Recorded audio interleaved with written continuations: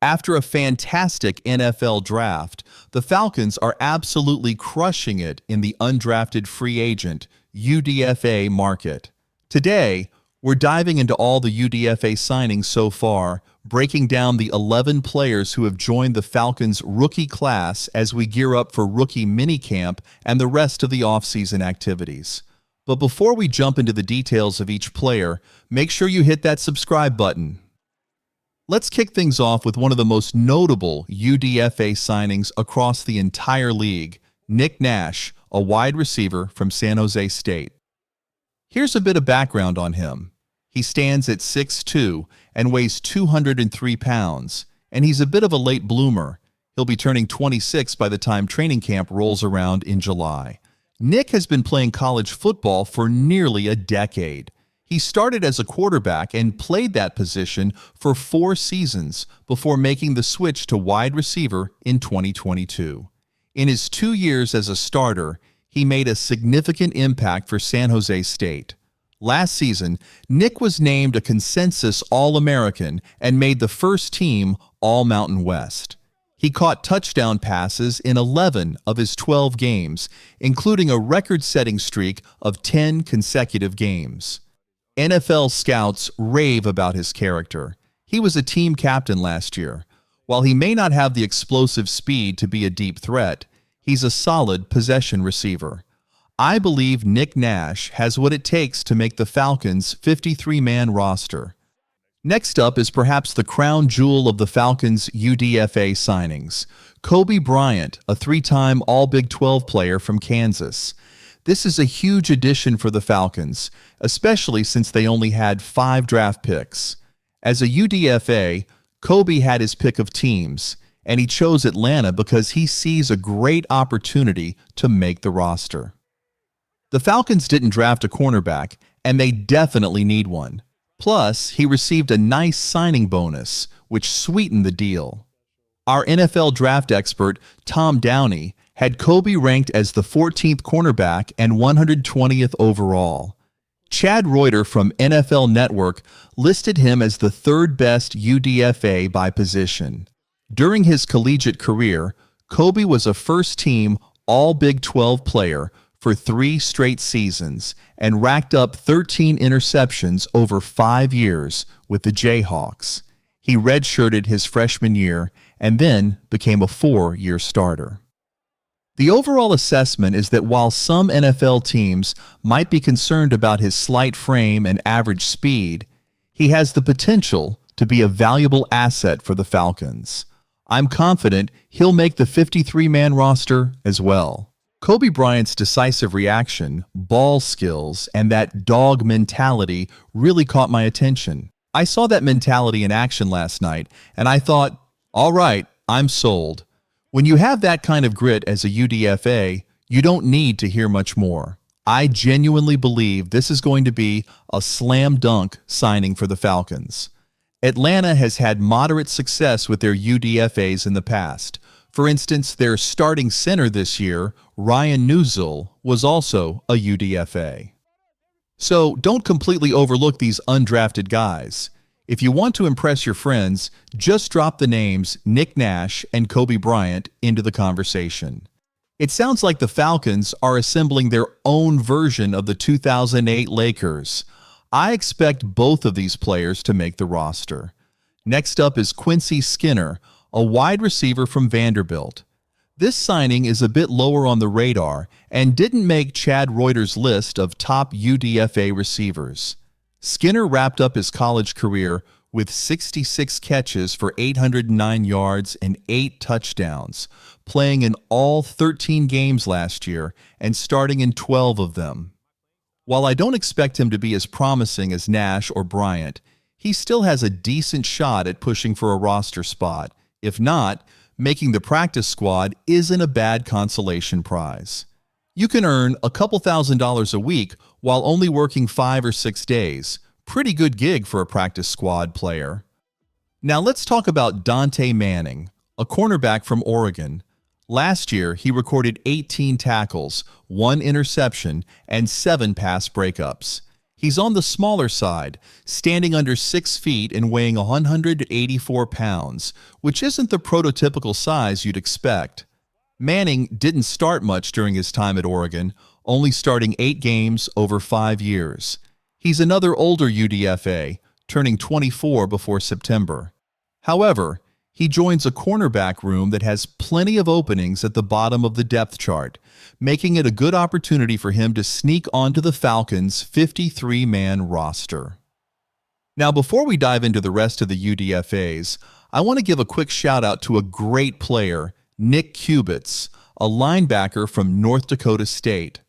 I don't have a ton of intel on him yet, but just looking at his picture, he seems like he's 35 years old, has 3 kids, and probably spends his weekends as a lumberjack. When you step into the hole and see that guy on the other side turn around, that's your cue to break down. Welcome to Atlanta, Nick.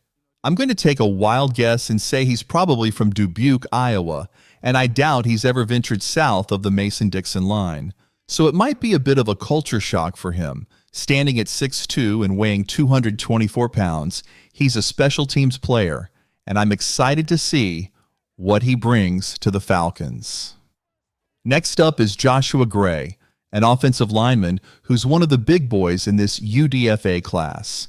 He's a 7th-year player and ranked as the number 3 interior offensive lineman by Chad Reuter at NFL.com.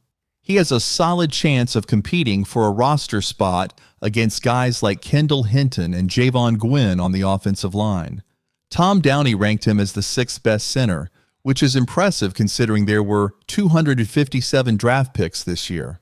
I'm really loving the Falcons' UDFA class. It might sound like I'm just hyping them up, but the truth is they've snagged a lot of players who were draftable and had day 3 grades. With only 5 draft picks, there's less competition in Atlanta compared to teams like the Ravens who had 11 picks. So why not head to Atlanta where the competition is lighter? Now let's talk about a local favorite, Jordan Williams, an offensive lineman from Georgia Tech. He's ranked as the number 16 offensive lineman by Reuter, which is noteworthy given the number of UDFAs out there. Jordan stands at 6'5" and weighs 318 pounds. He's a 5-year starter from Gainesville, Georgia, which is just a stone's throw from the Falcons facility. He might even be living at home while he practices. Last year, he was a 3rd-team All-ACC player and graduated with a business degree, so he's not just a big guy, he's a smart cookie too. He's versatile, having started 48 games at right tackle and 5 at right guard, which is a valuable asset. Next, we have Joshua Simon, a tight end from South Carolina. He's the number 4 tight end on Chad's list, and the Falcons are really killing it with these signings. Last year, he racked up 519 yards and 7 touchdowns for the Gamecocks. If you're noticing a trend, you're right. Most of these guys are a bit older, having spent 6 years in college. Joshua started at Western Kentucky for 4 years before transferring to South Carolina for 2. He's 6'4" and weighs 240 pounds, and he'll be turning 25 during his rookie year. He has some explosive elements to his game, and I can see him projecting as a reserve tight end. Finally, let's quickly run through the last 3 players. Nate Carter, a running back from Michigan State, who's ranked as the number 13 running back on Chad's list, Simeon Barrow, a defensive tackle from Miami, and Malik Verdon, a safety out of Iowa State. The Falcons are stacking up some serious talent with these UDFAs. Here's the scoop on the last few guys in the Falcons' UDFA class. Nate Carter had a solid year last season with 116 carries, splitting time in the backfield to rack up 500 yards and 5 touchdowns. Then we have Simeon Barrow, a redshirt senior from Miami, who made a name for himself with 5.5 sacks while working on the interior. He's a solid addition at 283 pounds. And let's not forget Malik Verdon, the safety out of Iowa State. This guy has impressive size at 6'4" and 220 pounds. The Falcons already added 2 safeties in the draft, including Billy Bowman, who Jeff mentioned after I filmed yesterday's video. There's been some chatter about Bowman moving to a nickel spot, which could be a game changer. Sam, what do you think? Can Billy Bowman handle the nickel position? 2 thumbs up? That's what I like to hear. It's like Chuck Norris in dodgeball. He's going to be a force. Malik was ranked as the number 21 safety and the 290th overall prospect in Tom Downey's top 300. So to recap, the Falcons' UDFA class is looking strong. I really believe that Kobe Bryant has a fantastic chance of making the roster. I'd put my money on him making it rather than not. That's how confident I am. While not every player will make the 53-man roster, even if they land on the practice squad, they'll have been practicing with the team for 2 to 3 months.